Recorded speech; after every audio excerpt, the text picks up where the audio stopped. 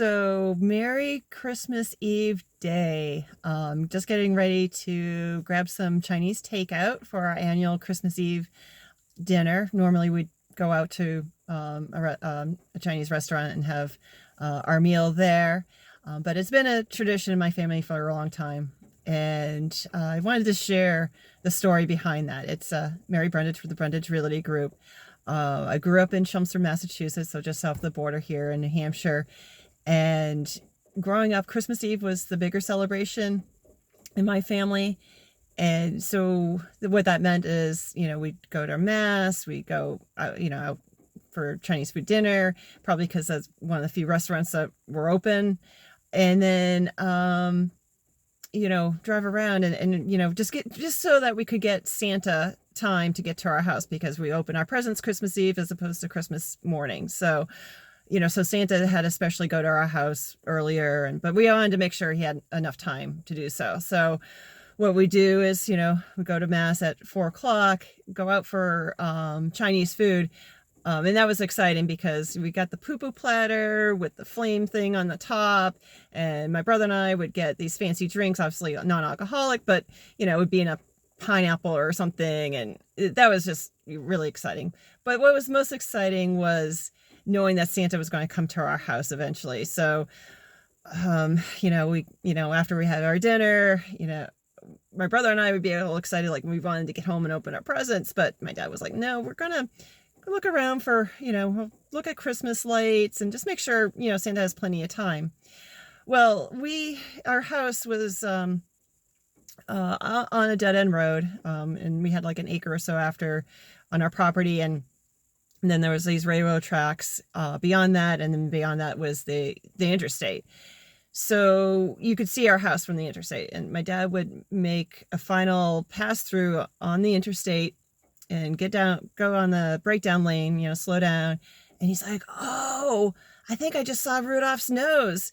He's like, I just saw this blinking red light. I think that might have been Santa, Santa might have just stopped at our house. And of course I would look and be like, no, I don't see the red light. I'm like, and he's like, oh, you just missed it.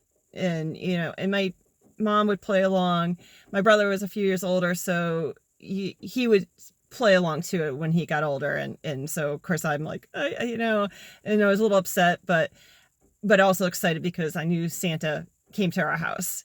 And so I was like, okay, let's go, check it out. And so of course we get to the house, there'd be presents under the tree, the stockings would be stuffed, there'd just be some crumbs left from the milk and cookies that we left, and then the carrots would be gone for the reindeer.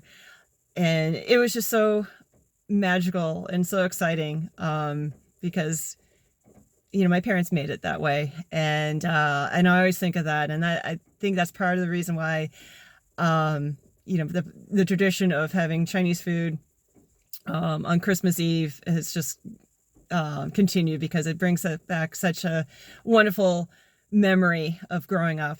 And I just wanted to share that with you. And one other part, I wondered how this all worked when I was an adult. I was thinking like, well, my parents didn't have time to go retrieve the presents, while we were gone. We're all four of us were in the car.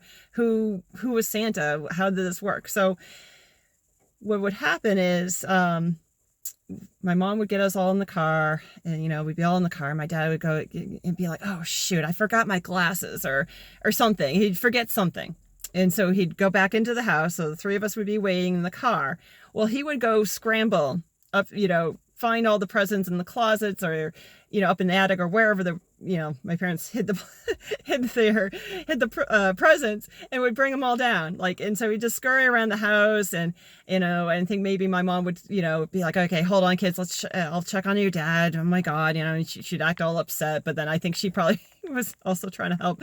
And then my dad would slug down the cookies and the milk, and then the cookies, and then the carrots, he'd go toss them somewhere randomly, and that was it. And actually, he told me he found these raw, shriveled up carrots many years later in the closet somewhere. So anyway, so I just wanted to share that story and that memory. And, do you have a Christmas memory, you can share with me, comment below, or, if you just want to share something privately with me, send me a message. But just wanted to wish you a Merry Christmas. And, I know it's a difficult year, but hoping that you are able to make some memories for this year.